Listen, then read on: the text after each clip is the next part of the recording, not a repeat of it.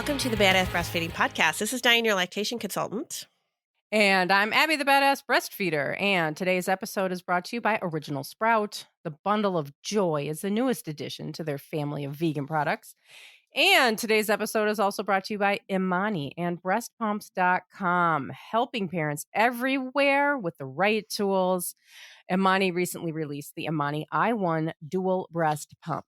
And we will hear more from our sponsors later, but you can head to badassbreastfeedingpodcast.com whenever you want. It's always there. And you can check the sponsor page if you need anything and see if you can give them any of your business because they make this podcast possible. And while you're there, you can scroll down and enter your email address and we'll send episodes straight to your inbox every week. And don't leave badassbreastfeedingpodcast.com without checking our shop page and all of our cool merch that you can walk around town with Badass Breastfeeding Podcast and the logo with the baby with the giving the finger. That we all love. Yes. Somebody sent us a picture from their, like a listener, picture of their baby, with their middle finger up while they were nursing. Yes. It looked just like our logo. I was very excited about that. So I loved it. I was like, oh my God, this is so great. So I have our review of the week and it comes from our email. So this comes to badassbreastfeedingpodcast@gmail.com. Dianne and Abby, thank you so much for all the help and support you provide with the podcast. It was honestly life-changing for me during my pregnancy and still continues to be so helpful now that my baby girl Zoe is here. She's 8 weeks old now. This was a few weeks ago, so she's a little older than that now. But we are doing so well with nursing despite initially having to do triple feeds and have her lip tie released. My mom did not breastfeed me after initially having issues with my older sister and switching to formula and told me throughout my pregnancy that I could try to breastfeed, but that it probably wouldn't work out. Girl, my mom said the same thing. I don't know if I would still be breastfeeding today had I not had all the knowledge and confidence I gained from listening to the podcast. I tell everybody I know who's expecting a baby or breastfeeding about it because I love it so much. I am now confident that we will be able to reach our goal of breastfeeding until she is at least 2 years old. Thank you so much. And thank you for listening while you were pregnant. I never realized, like when we first started this, however many years ago now, or 200 something episodes ago. Yeah, like I never realized like how important I would think that it would be when you're pregnant. I mean, we started out, it was like, okay, we're, want to make sure we're giving information to parents that are, feeding their babies. But I really do feel like, I mean, prenatally, like you can't get enough info. And there is a lot of info out there and some of it is just really not supportive. So it is good to get it where you can. And if you're, if you're comfortable getting it with a podcast, then that's awesome. I mean, some people really like listening to podcasts and I think that's so much fun. Some people still would rather read blogs or go on Facebook or social media or whatever, wherever you get your info, just make sure you're trusting that source. So thank you so much for putting that for us, for sending us an email. You can also put it on iTunes, which is really helpful if you're able to do that. And now we're going to talk about like the total opposite. Like, yeah, what happens at the after end, you're done breastfeeding. after all of that. Yeah. And post-weaning depression is something that really isn't talked about. The last time I heard it being talked about was when we did an episode on it like 3 years ago. Yeah, we did an episode a long time ago on it. I mean, and we've talked about, like, people talk about postpartum depression. Yes. This is different. Sort of. It is different, but postpartum depression even is something that like is still hard to get recognized and hard to get support for. Mm-hmm. And now say post-weaning depression, people, a lot of people will say it doesn't even exist. Your doctor might say, oh, that's not a thing, or that's not, when I was seeing a therapist after Exley was born, I don't remember like exactly when it was, but I was talking about like, it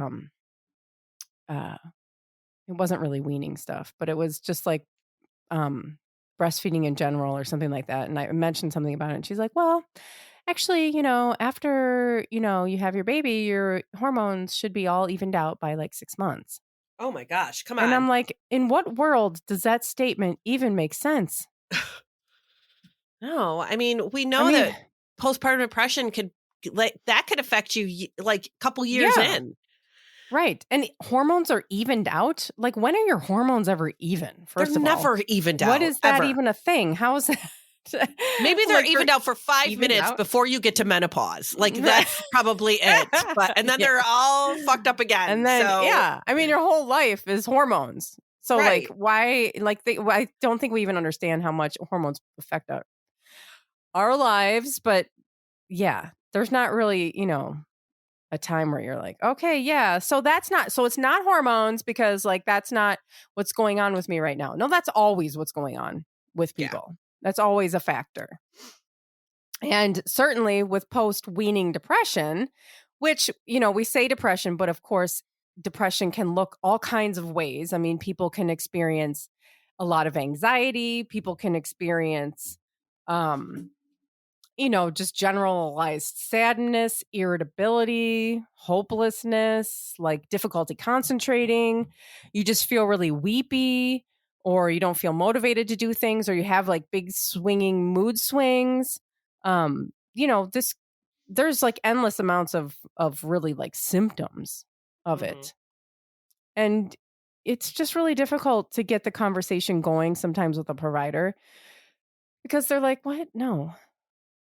That's not a Or thing. they say, are you going to hurt your baby?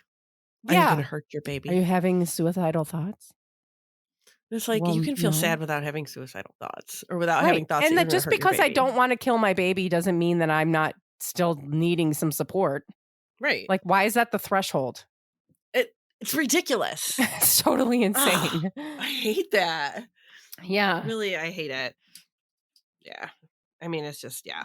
So, I mean, but then when you get to post-weaning, like, it's hard to get somebody to acknowledge that there's postpartum mood stuff going on when your baby's a month old, let alone after your baby's, a year and a half and you're weaning. Like, that is, that's rarely acknowledged by providers, rarely acknowledged.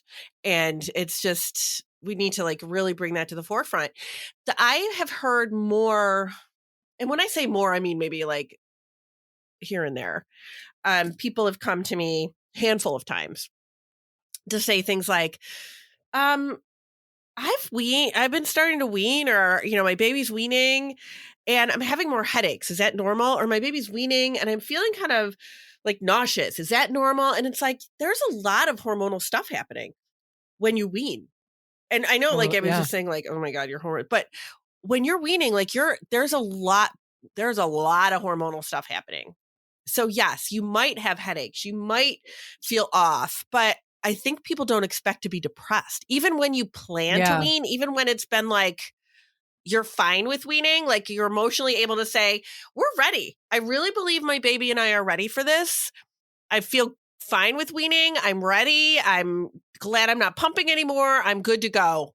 And then you feel like totally crappy about it, but you're like, but I felt fine about weaning. Why am I so sad? Why am I feeling like this? Why am I feeling, it's confusing. Yeah. Yeah. It's true. I mean, and you think about like all of the struggles that people have and all of the things that we hear about, like, I'm so touched out. Like, I just want my body back. I just want, like, everyone to stop touching me. I wish I didn't breastfeed, and breastfeeding is night is so hard and all this stuff. And then, even sometimes even just thinking about weaning, people start crying. Yeah. And it's like you're so tired of it and you're so sick of it. You don't want to do it anymore. But then the thought of not doing it is like, devastating. Yeah. And I mean, so much of it comes from, this becomes especially people listening to this podcast, because who sits around listening to breastfeeding podcasts except for like people who are like really into breastfeeding, and like it's probably become like a part of your identity. It certainly became my identity, as you are breastfeeding and you're becoming like, you just change, you find so much empowerment in it, all of this. And then you wean, and like, we have situations with like the hormones, of course. But then what, do you have, we talk about like, the social aspect of it is like, do we have somebody to support us? Do we have anybody around us who can relate to us? And then we have probably guilt. We're probably stressed, and it's just an entire identity shift. Mm-hmm. I always tell, I know I've mentioned this on the podcast a zillion times, but it is really important to talk to a lactation consultant when you get close to weaning, especially if you're in a situation where you're not quite sure how to go about it, but you're ready. Or if you think your baby is showing signs of weaning and you're not sure like what you're supposed to do about that, or whatever your situation might be, because you can't just stop, because it does plummet your hormones so much. So it is really, really helpful. And like, I really think people don't want to talk to us about weaning because they think we're going to try to like force you into breastfeeding for another 5 years. That's not the case. Yeah. That really isn't the case. We will do, at least I could speak for me. I don't know if I can speak for everybody, but we will do whatever is going to make you happy, whatever is going to be best for your life is what our function is to help you with that. So if it is a weaning situation, then yes, we need to do it safely so that your hormones don't plummet into a different place where you're going, oh my God, what is happening? But it is really important to make sure that we're, identifying that. But it is, you had a post on your Facebook page, right, about this recently? I did. Well, I just posted this. It was a very beautiful picture of a person nursing in a bathtub, and she has like the kind of like pastel kind of hair. She looks like a mermaid. And her post is about well, I'll read it if you'd like me to. Yeah. She says a chapter of my life is coming to a close after almost 4 years and 2 kids. Post-weaning depression has hit me pretty hard. It's something not commonly talked about. It makes sense for how much time in my life I have put into this. So for anyone going through it, you are not alone. It's time I begin my treatment for MS, and Scarlett is ready anyways. It's time, and I don't say that lightly.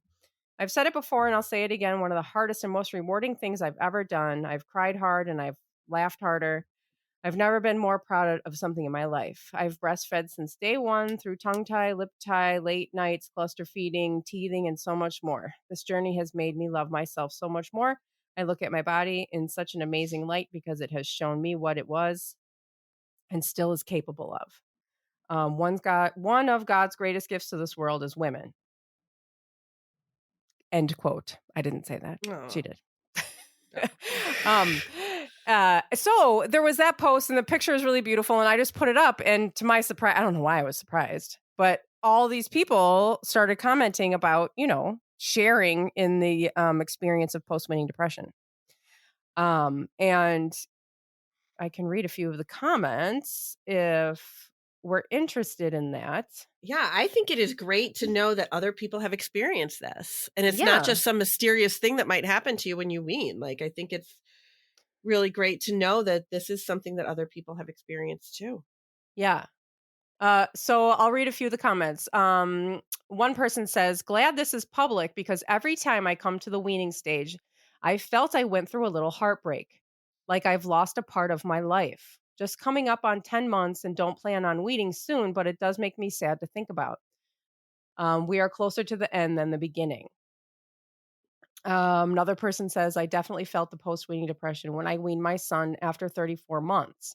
I was so ready to be done, yet my feelings caught me off guard. Thank you for increasing awareness. And I think that's really important to think about is like we already said, even if you're ready, it can come as a surprise, because there are so many aspects to it. Like we said, the hormonal and the emotional and the identity and all of this. And it can come at any point. It doesn't have to come the day that you wean. It can come months later. And then you think, well, it's not related. Or your doctor will say, well, that's not related because, that was months ago. And it really can be related. Even in a, delayed like that. Right. Don't let somebody tell you that you're not feeling what you're feeling. Ugh. It's so gross. I can't believe it's still happening. How many times do people have to say this? I know. Okay. Another person says, going through it after almost 13 years of breastfeeding 6 babies. My 4-year-old just stopped a few months ago before her fourth birthday. I miss the boobs. We still have lots of cuddles, but so many years put into being a milkmaid. And it's, certainly after 13 years, but you don't have to breastfeed for 13 years for this to happen. It just becomes a part of your identity. It becomes, just as we were talking about last week, we were talking about like, I think it was whatever. We were talking recently, mentioning how like when you go on a trip that your baby, people are afraid their baby's going to wean, but like your baby associates breastfeeding with you. Like that's part of your relationship. And this same goes for us. Like we see, we have a baby, we put so much into breastfeeding. It's really what you do most of the time. You're breastfeeding day and night, trying to figure it out. Then this whole empowerment thing comes through it. And then the thought of that going away, or as you experience that going away, it's like, well, but this is part of our relationship. Like it's part of your relationship ends. A part of your relationship with your child, your very, very young child, ends. And I don't think that we like that's huge, and it's devastating for some people. And of course we work through it and we create, new aspects of our relationship, and those things get replaced with new and, some, very fulfilling things. But a part of that ends. A part of that relationship ends. And that's such a big, huge thing.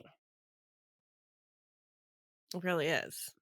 Yeah. I mean, like, I know that sounds so lame for me to go, yeah, it really is. But like, there's not much else needs to be said about that. There's so much, intertwined with this. And I know we've said before several times, like sometimes, like, especially with this post, the original post, she went through a lot. And sometimes you go through so much with your baby to try to get into a breastfeeding relationship. Yes. That like you finally get going and it's like, oh my gosh, look where we are. And now it's time to stop. Well, yeah. And that was the same. I mean, like that was like when I first had Jack, I was like, okay, I want to breastfeed for 1 year. It was like, that was the magic number for some reason in my head. I just got it in my head. Like, okay, we're going to do 1 year. But then we went through so much crap. But by the time we hit 1 year, I was like, why in the world would I stop nursing now? Why would I go through all of that to stop nursing now? Like, let's just go. And I let him wean. And to mention again, as somebody suggested I do, he nursed until he was 6.5 years old. And Exley was 5. They went on, but I mean, you like some people do find that I wasn't like, I'm going to breastfeed super long just so I could be a weirdo.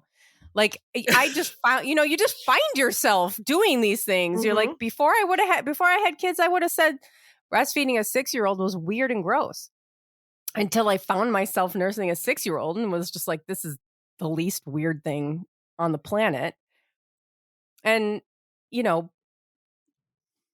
but yeah, you find yourself in this situation doing this, and a lot of people just becomes so much a part of you that, you don't want to stop. A lot of times you don't want to stop. So I have like a whole light bulb moment that I just had, but I think we should do our sponsors first, and then we could talk about my light bulb moment. Hold that thought. I'm kind of excited Hold your about light bulb. Okay, I will hold it above my head. All right, we'll be right back. Today's episode is brought to you by Original Sprout. Original Sprout carries safe, effective, and pediatrician-tested shampoos, conditioners, styling, and body care products. Original Sprout's newest addition to its family of vegan products is the Bundle of Joy. This is a woven basket full of Original Sprout products, swaddled in a white hand towel and fastened with a big chrome safety pin. The Bundle of Joy makes the perfect baby shower gift bundle, or just a great way to say congratulations to the expecting parent in your life or yourself. With a retail value of over $135, is now being offered at the introductory price of $74.99. But as a Badass Breastfeeder listener, you get to take an additional 25% off of that introductory price. So head to originalsprout.com, use promo code BADASS on this Bundle of Joy, and you'll get it for $56.25. That's a total savings of $60, making it affordable as a gift of clean and safety tested personal care products for those that you care about. So code BADASS at originalsprout.com. And today's episode is also brought to you by Imani and breastpumps.com. Helping parents everywhere with the right tools, Imani recently released the Imani i1 dual breast pump, featuring the quietest motor on the market. Experience optimal pumping with hospital strength output, as well as a never before seen boost mode. Whether pumping from one breast or both, this smart system maintains a constant pumping pressure. Its 2 main cycles, massage and express, include multiple vacuums on each cycle. Portable, efficient, and hands-free. Find out why Imani USA products are trusted by over 46 million parents around the world throughout their breastfeeding journey. For more information, visit ImaniUSA.com. That's IMANI USA. And use code BADASS for 25% off of your order.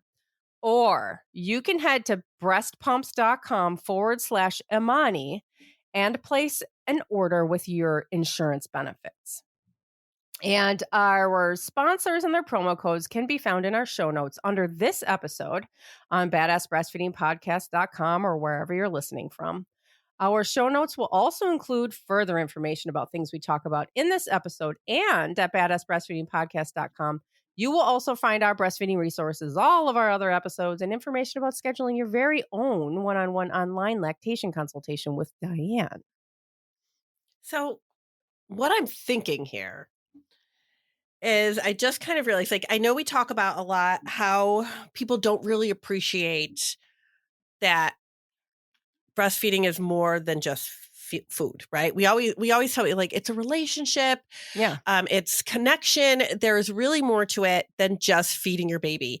And this is proof of that. Like, this is proof that, you know, your body is so intertwined with this that your hormones will actually change when you stop breastfeeding. And, you know, you feel this, you feel the effects of not doing it anymore. And you feel, you know, that some people really do get that, you know, sadness of like, oh my gosh, it's like the end of an era. Like, it really does. Like you said, it ends kind of like who you are, the place you are in parenting at that point. So it kind of made me think of like further on down the line. And this is kind of where I am in my life right now, where like my kids are, I'm not like an empty, you know, they call it like an empty nest when your kids go to college and you're kind of like, and everybody calls it like that. Like everybody knows that that's what that's called, right? Like empty nester, or, oh, you're an empty nester now, blah, blah, blah, whatever. I mean, and I'm not quite there because I still have 2 kids that live at home, but they really are doing their own thing. Like they're just kind of come and go. They're not here all the time. If they are here, a lot of times my husband will be like, hey, Jess, you want to come watch TV with us? And she's like, no, goes upstairs into her room. You know, it's like a whole thing. Like they're doing their own thing, right? They're working, they're in school. But why? It's the same kind of idea, just with older kids, right? Like my parenting life, my parenting journey is completely changed. They don't need me like they did. They don't need me to drive them places anymore. They don't need me to give them money. Well, my kid away at college does. But the other, you know, like the other ones, they don't need me to give them money. It's like they don't need anything from me. They need emotional support from me, but they don't need me the way they used to. And that's a huge, like, that's hard. Like, that's really hard when you get to that point of your parenting where you're like, oh my gosh, my kids are like, they don't really need me. And there's a whole name for that. And people call it empty nesters. And there's like, you know, Facebook pages about it. And there's all this stuff. And people know that it's a thing. That's really no different than this postpartum weaning, because it's changing, like it's changing your whole, the way you do your parenting now in a way, you know, and people will say that, like, they're like, well, now that, you know, that the baby's weaned, like, how are they going to go to sleep? What do I do when they're upset? What happens when, you know, I need to like have that connection with them? Like, what do I do? Because that's all we did. It's like, it is so not recognized as being such a huge part of parenting. It really is not recognized like that. But when your kid goes to school, everybody's like, oh my God, like everybody's like, you know, about ready to, you know, come over and sit with you while you mourn.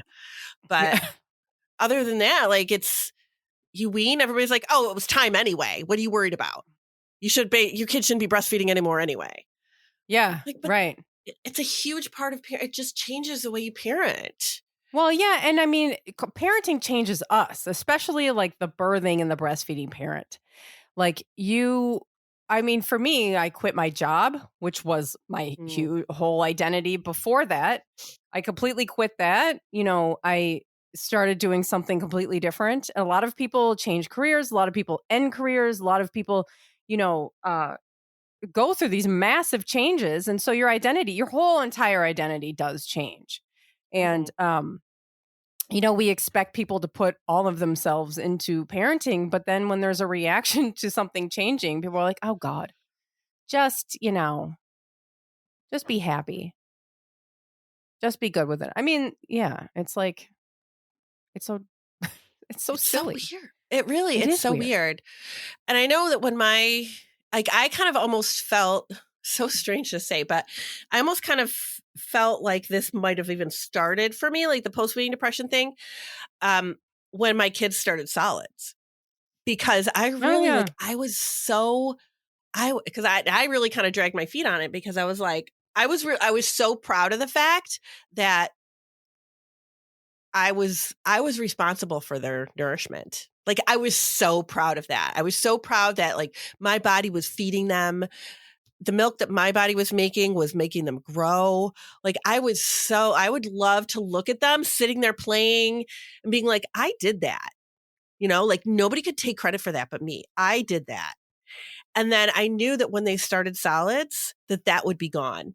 Well, it's not really gone, but like, that's how it felt. It felt like that part was going to be over, that I could no longer take responsibility for their good health and for their happiness and for, like, for their growth, because now something else was in the mix and it was no longer just us.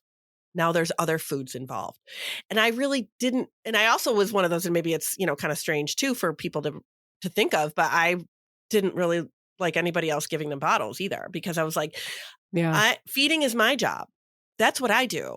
I'm making the milk. I'm feeding them. Like, that was really, and that's coming from, like, I stayed at home with them too. It wasn't like I was gone all day and now I wanted to come home and like, that was our reconnect. It was like, that's really how I felt about it. I really felt like this is what I'm doing and this is what it's doing for them. And I was just really proud of that.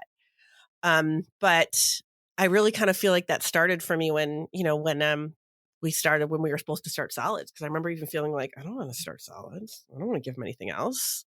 I only want them to have the milk. Yeah. But I couldn't do that forever. I had to eventually give them something. So I did. They say, if you don't wean them, though, that they'll breastfeed till they're in college. So. Oh, yeah. Yeah. My kid in West Virginia comes home every weekend for, for nursing. For nursing. Comes home to nurse every weekend. Yeah. I have a few more comments from the internet if we would like to revisit some of those. I have a few more. Yes. This person says, depression is something I worry about when it comes time to wean. I've been breastfeeding for 5.5 years straight and probably will for at least another 2 years, so it has become a part of me. When I lose that, I feel like I will lose a part of me. I love this picture and I love what you wrote. So beautiful and honest. Hugs to you, Mama, in your next chapter. And another person says, I love this picture. I feel it all the time that I will never be pregnant again, never give birth again, and never breastfeed again. Those moments brought me so much joy, but that time in my life is over, and I kind of mourn it. But I need to be happy in this time of my life with my 5 beautiful kids. And the next person says, beautiful post, and the mother in me agrees with every word here. I love my body that much more ever since I understood how much more it is capable of doing, and all that for another heart. More power to all of us mothers. And yes, weaning can be equally tough for mothers. It was certainly tough for me. Stay strong and you shall stride through this. Yeah, so people are going through it. And we're not talking about it. No, and people really are trying to talk about it. And people really understand, like, this is a a huge transition. And I think too, one of the other things, like, and we've got episodes on weaning, but even when you're ready, but maybe your baby's not, we don't really consider how that impacts your baby. But yeah, the post-weaning depression thing, like, it's just, I mean, you might feel like, gosh, I feel worse than I did when I first had the baby and I thought I had postpartum depression, like it, but sometimes these things really do creep up. Like, maybe you're, can creep up into like the first year, the second year. I don't know where that therapist got her training that Abby knew that said that in 6 months your hormones should I be know. like back It to was so normal. weird. It is Yeah, weird. and I feel like she had like this like she specialized in postpartum like stuff. I don't know. It's very strange. That is strange. Yeah. Yeah, and I do find myself like telling almost like trying to educate providers too, because sometimes I'll have a provider come to me and say, oh, I've got a patient that wants to wean, or that's, that is weaning, and, babies, I just had this not too long ago, baby's 15 months and mom's weaning, but,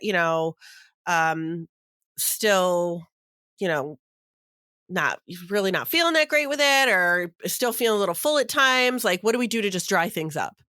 And it's like, we can't just dry things up. Like, I'm not even worried about, because everybody goes, oh my gosh, what if I get mastitis? What if I'm weaning and I get too full and I get mastitis? It's like, that's not even my biggest concern. My biggest concern is you're going to stop breastfeeding and plummet into this dark hole.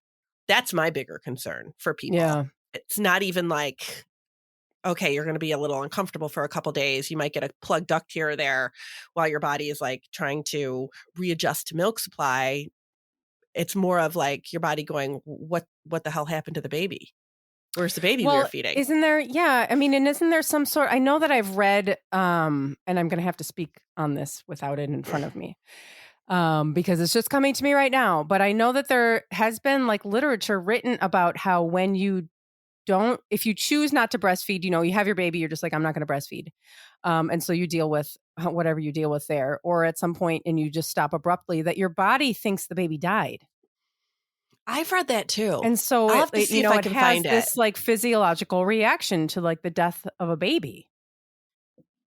And of course, they thought that was why it was linked to, because they do think that higher levels of postpartum depression are linked to people that do not breastfeed at all, or like early cessation of breastfeeding. Yeah, right. And of course, there's all of that, like, oh, is it because of breastfeading so hard that people are depressed, or is it because it didn't work out for them that they're depressed, or is it it's hormones, especially if it's early on. Like, you're having a hormonal reaction, your body just feels like your body just thinks that the baby's gone. Well, if you think about it, like we're mammals, right? And we know that other mammals in life, if they don't have, if their baby dies. I was just reading this for our episode that we did on stress, that there was all this research that was done with rats, that the stress and depression levels, like they tested the hormone levels on these rats after, like, if the baby died, or if their whole litter died or whatever, and like what their stress levels and depression levels look at. And they're like, this is how, they were kind of gauging postpartum depression based on this. And it's like, it is a hormonal thing. It's not because like, oh, okay, my baby, it's hormonal. Yes. But those hormones are what keep you close to your baby too. That oxytocin that flows when you're breastfeeding, that is what connects you and keeps you close with your baby. That is why we say, like, oh, it's this great bonding hormone. And nobody's saying that if you don't breastfeed, you're not going to bond with your baby, because we know you will. Like, and people say that all the time. Well, I didn't breastfeed and I bonded just fine. Yes, you absolutely will. Yeah. But there are definitely some hormonal things happening there that are just natural, like that just happens. Like, you can't control it. And I think, if you don't, like, your body physiologically expects to go through these certain phases, and when it doesn't happen, then you feel the effects of it. Yeah. I mean, it's just, it's crazy. Right. And I think, like, as far as weaning goes, so like, this is a huge generalization, because I don't think it's necessarily like, but the earlier that you wean, I would say the more drastic the hormonal response would be that you're dealing with. Yeah. And I think that is because, and of course, I'm just kind of like speculating, kind of going off not just my own personal experience, but what I know about the weaning process, that the further you go, like, if you kind of like let your child wean on their own, or your baby just kind of like naturally weans on their own, they're they're automatically feeding less and less and less and less as days go by, right? We know that that's what they do, which tells your body, let's make less milk, let's make less milk, let's make less milk, and gives your body a chance to slowly stop milk production, which is going to help those hormones come down in a normal, in a more realistic speed, Gradual, for lack of a better word. Yeah. That gradual. But if you're just all of a sudden, like your baby's only like 3 or 4 months old, you're breastfeeding 8 times a day, and you're like, okay, I need to stop breastfeeding because I'm taking this medication, and you just stop. I mean, your body's like, comes to this screeching halt and is like, everything just shuts, just like stops and shuts down and alters. And that's a lot more for your body to have to deal with, I think, than if it just kind of gradually is like, la, la, la, we're just kind of like going along on this Sunday drive, slowing down, slowing down, slowing down.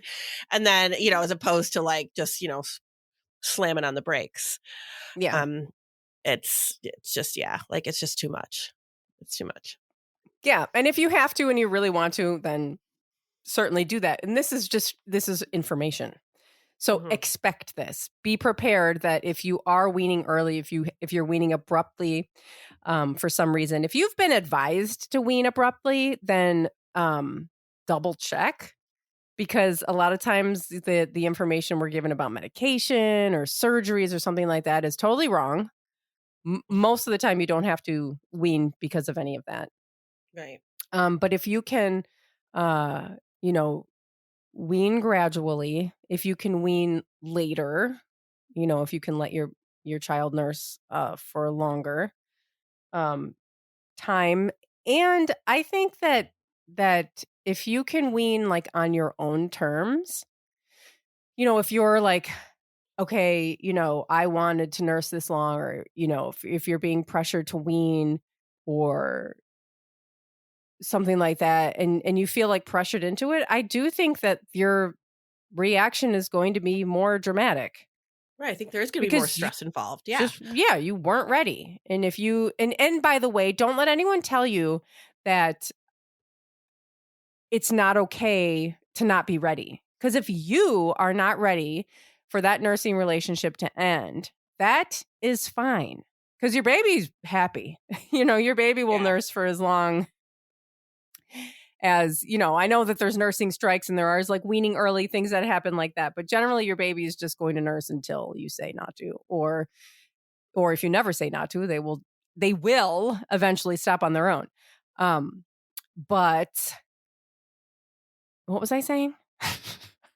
Oh, if you want to like if you're, if somebody kind of encourages you to not. If you're like, anymore. If you're being pressured to wean,